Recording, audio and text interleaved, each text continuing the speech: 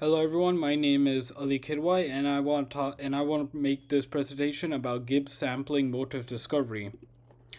What is a motive? So a motive it is something in the scientific field which is the sequence of DNA, RNA, or protein. It was discovered by Frederick Miescher in 1869, and I have example over here of a DNA and RNA. So it is, for example, the ATGC. It is that sample of someone's sequence that is related to their genes. Now, why do doctors want to find motives? So, the reason doctors want to find motives is it can help them understand individual person's genes. It can help them understand how a patient was affected with disease and help them understand the disease. So, for example, let's say someone gets cancer. The doctor will want to get to know the motive. And what the motive is a short portion of the sequence. And what this specific portion does, it tells the doctor where the individual's genes, where their gene went wrong, and how the cancer got, how they got infected with the cancer. So it can help doctors find, what was that person lacking in their gene pool that caused the cancer. And it can also help them understand the disease. So, for example, who is more likely to get cancer and who is less likely to get cancer, and how did cancer get through this person's gene? What in someone's genes is cancer weak to? What in someone's genes, or like in their gene pool or diet or whatever, can help them prevent cancer, or what things can help prevent cancer.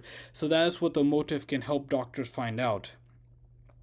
How to find motives? So motives are important for doctors to find, like mentioned in previous slide. So how do doctors find them? So they are found within the sequence, but the sequence is impractical to go through. It's impractical to go through the sequence, and that is because the sequence is a very large is a very large sequence of DNA, of the person's DNA, RNA, or protein. And why it is impractical is because it takes too much time, and because there is also human error. It might be difficult for the researcher or doctor to find where the gene messed up, or where, because many of the genes, what they are recurring patterns. They might skip where the pattern differs, or they might not realize, or there might be slight variations to a pattern, so the doctor might miss it. So that is why there is a need for computers to find the motives. So in computer science, there's a field known as bioinformatics. What bioinformatics is a combination of computers and of the medical field. And what they use to find motive is many things such as algorithms. Algorithms in specific to either machine learning or database, or like a data structures algorithm, things like linked list, brute force method, or hash trees. Now, the one we're going to go over is Gibbs sampling. So, what is Gibbs sampling? Why does it not require? So, what is Gibbs sampling? Gibbs sampling is a probabilistic algorithm used to find motifs, which are short recurring sequences in DNA, RNA, or sequence. And does it the second thing I want to talk about is, does it not require the motive location to be known beforehand? No, it doesn't require it, because what it actually does, it makes a random guess and goes off the guess on how to find it. So, for example, it'll guess where it is, and it'll go through the algorithm based on that guess, and there it is a learning model. So what it does is there's a model behind it that updates as it goes. So while it is going through the model, it is learning about the model as well. Sorry, not the model, but it's learning about the sequence. So as the machine learning program goes, the model is actually learning about the sequence. And what this does is it teaches the model about the patterns, the recurring patterns. And what this does is it makes it easy for it to find where the error is, where it slightly differs in variation, or where the pattern completely differs. And this is perfect for a long sequence. It is commonly used in bioinformatics as an unsupervised motive discovery. And what an unsupervised learning model is that it can train itself. So as it goes, the model is training itself. So it's not required for a programmer or a doctor or researcher to teach it how to find the sequence, or to even teach it or to even like a to teach it. Teaching isn't really required for unsupervised motor discovery, because it teaches itself as it goes and goes and goes. So as it repeats the cycle again and again and again, it improves and learns more about the algorithm. Why give sampling over other algorithms? So like mentioned before, there are other ones like data structures mentioned before. So the number one, so some of the points is: one, a probabilistic algorithm. It is a probabilistic algorithm used to discover DNA or RNA motifs. So it goes by probability. That is much faster and better than data structures, because many data structures, what they'll do is go through, either start from start to end, which will take too much time, and that's the reason why a brute force method would be horrible for this. And there are also hash trees, but the thing with a machine learning model is that it goes faster, and on top of that, it doesn't need to know anything about about the sequence beforehand. So it doesn't need to learn about the DNA sequence, because it learns on its own. It doesn't require so the model doesn't require to have any beforehand knowledge. So it can be used on any motive. It can be used on many motive without any issues. It uses random sampling to identify recurring sequence patterns. So while it learns the sequence, it collects the previous patterns, and it helps it determine where the fault is. And this is much easier and much faster than the other ones as well. And it keeps going again and again and again. And the thing is, while it goes again, again, and again, it learns. It becomes better. It learns even more, and it is much better. Now, the theory behind the Gibbs sampling is that it is based on a Bayesian. I'm sorry, I'm gonna butcher this word. Bayesian probability and Markov chain Monte Carlo MCMC methods. Starts with a random mode selection that was mentioned before, and it builds a position weight matrix PWM from current motives. So the theory behind the Gibbs sampling comes from what was mentioned before: Bayesian probability and a statistical technique called Markov chain Monte Carlo, or MCMC. These methods allow the algorithm to estimate the most likely solution by repeating the sampling from a probability distribution instead of checking every possible answer. So it for the second part, for the theory, it uses PWM to calculate the probability of new motive candidates, updates one sequence at a time while keeping the others fixed, repeats the process until the motive prediction stabilize conversion. So the algorithm begins by random guesses for the motive location in each sequence. All through these initial guesses are usually not correct. They provide a starting point for the search. Gibbs sampling temporarily removes one sequence and uses the remaining motive guesses to build the PWM. The PWM describes the probability of seeing each nucleotide at every position in the motif. Using this probability model, the algorithm evaluates every possible motif in the removed sequence and selects a new motif based on its probability. This section is repeated on sequence at a time, and with each iteration, the motive prediction generally becomes more accurate. Eventually, the algorithm converges on a set of motifs that are best representatives of common patterns shared among the sequences. Now we want to look at a example. So we have 4 example sequences. So we're going to assume the motif length is 6 nucleotides. The true motif is ATACCG.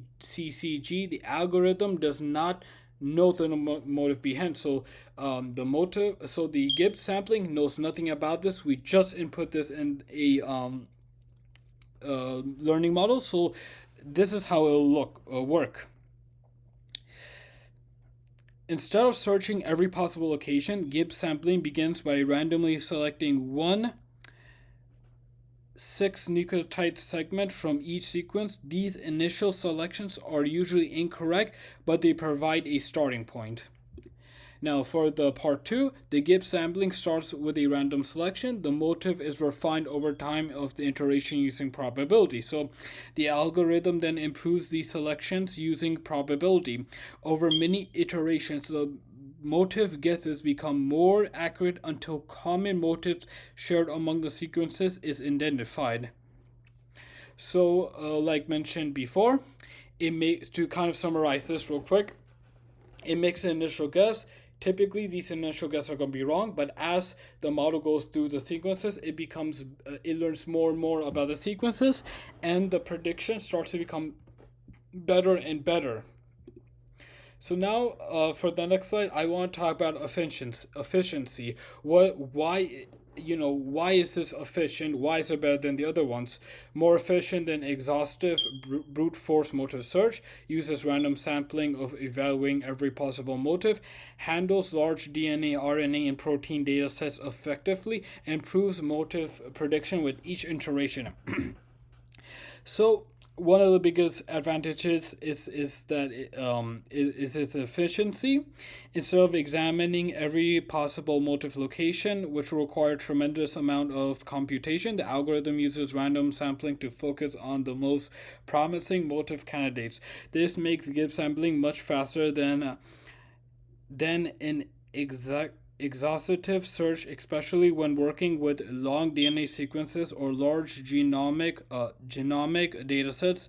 As the algorithm continues to iterate, it gradually improves its motive prediction by updating one sequence at a time. All through Gibbs sampling does not guarantee that it will always find the absolute best motive. It usually finds a very good solution in much less time. This balance between the speed and accuracy is one of the main reasons why it is widely used in bioinformatics.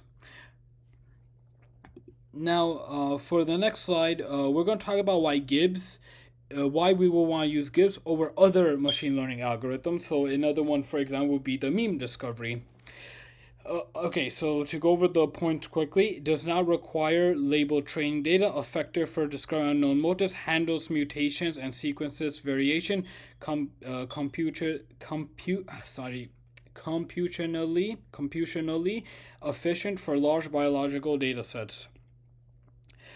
So, first, it is an unsupervised learning algorithm, meaning it does not require labeled training data. In most biological datasets, scientists do not know where the motives are located, so supervised learning methods cannot be easily applied. Another advantage is the Gibbs sampling can discover completely unknown motives while still handling small mutations or differences between sequences.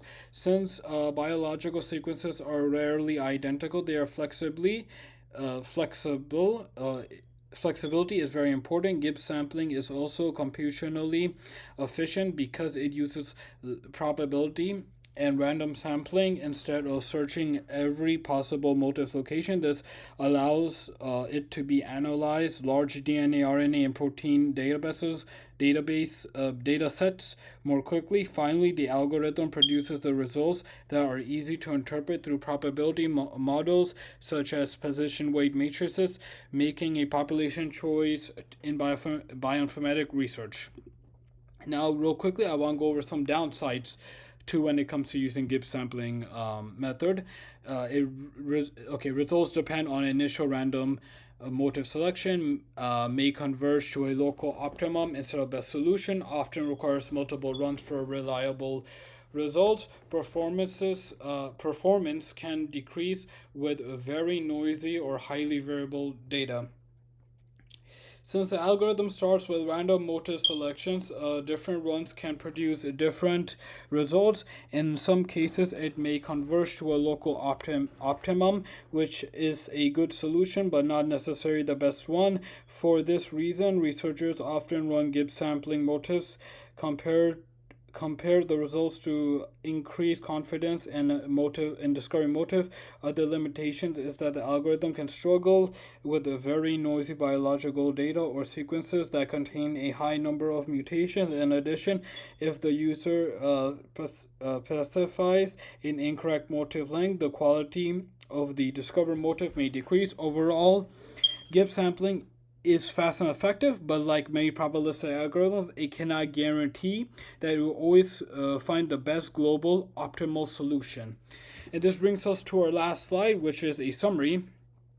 And pretty much what we want to summarize is that Gibbs sampling is an unsupervised learning probabilistic algorithm. It randomly picks, it makes an initial guess, and as it goes through the sequence again and again, it improves by an unsupervised learning model. So human interaction isn't always needed. It is best used for recurring motives. So it is good for the recurring patterns that are often found in DNA, RNA, and protein sequences to help find the motive that the doctor or researcher may be looking for. So it begins with a random selection and improves them using probability. So it's very similar to what we just mentioned about randomly selecting and finding, going through the algorithms. And it is efficient for large biological data sets. So some data sets may be too large for other ones. So for example, classic mean discovery, it has a limit. It can't go through these super large learning for these super large sequences. So that is where you might want to use a Gibbs sampling because it's good for these large data sets. But it's also important to know to also keep in mind the downsides. So when doctors and researchers are looking for an algorithm to use, they make the correct choice, and sometimes Gibbs sampling is the best choice, sometimes it is not. And that will conclude my presentation. Thank you for listening.